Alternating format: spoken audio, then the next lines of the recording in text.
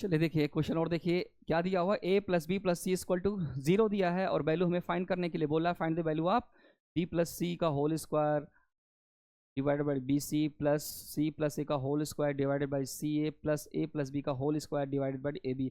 अब देख के ही बच्चे डर जाते हैं कि अरे ये क्या, ये कैसे निकालेंगे, लेकिन अगर हम सिंपल तरीके से करेंगे तो हमें बहुत समय लग जाएगा और हमारा क्वेश्चन क्या हो जाएगा, हमारा क्वेश्चन छूट जाएगा। तो हम क्या करते हैं, इसमें पुटिंग मेथड से करते हैं। इस इक्वेशन में देखिए, अगर इक्वेशन जीरो, हमें क्या लाना है, जीरो लाना है, ठीक है। ऐसा कोई वैल्यू हम रखें ए एंड बी एंड सी की जीरो आ जाए, तो क्या करेंगे, जीरो के लिए सीधी सी बात है, ए इक्वल टू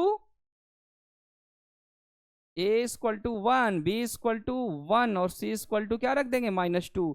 तो अब 1 + 1 - 2 क्या हो गया, जीरो। मतलब कि ये वैल्यू इस क्वेश्चन को क्या कर गई, सेटिस्फाई कर गई। मतलब कि ये राइट हैंड हमारा इक्वल के जो राइट हैंड साइड है वो इक्वल हो गया हमारा, 0 0 दोनों बराबर हो गए। तो मतलब हम ये वैल्यू किस में रख सकते हैं, जो वैल्यू पूछ रहा है, जिसकी वैल्यू पूछ रहा है। तो b प्लस सी, अब हमें क्या निकालना है, b प्लस सी, बी सी की वैल्यू निकालना है। तो हम बहुत आसानी से निकाल लेंगे। a की वैल्यू कितनी है, सॉरी b की वैल्यू कितनी है 1 एंड c की वैल्यू कितनी है -2 कर दिए। बी सी क्या है, बी सी हो जाएगा -2, क्योंकि b की वैल्यू 1 है और c की वैल्यू -2 है, और इसका क्या है, ये होल स्क्वायर है। तो ये क्या आ गया, ओवरऑल क्या आ गया, ये -1 का जब स्क्वायर होगा तो 1 आएगा, तो ये क्या आएगा, हमें इसकी वैल्यू मिल गई।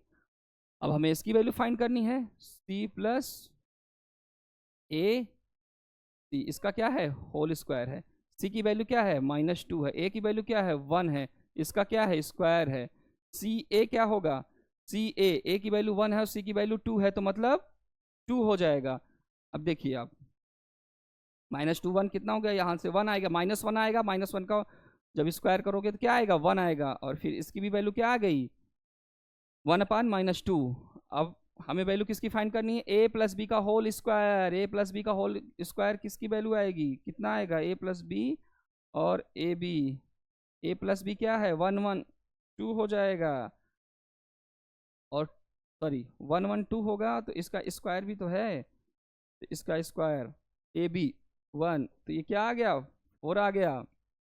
अब चलिए जो वैल्यू आई है हम उसको पुट करते हैं, 1/2 प्लस 1/2 एंड प्लस 4, यही तो आया है।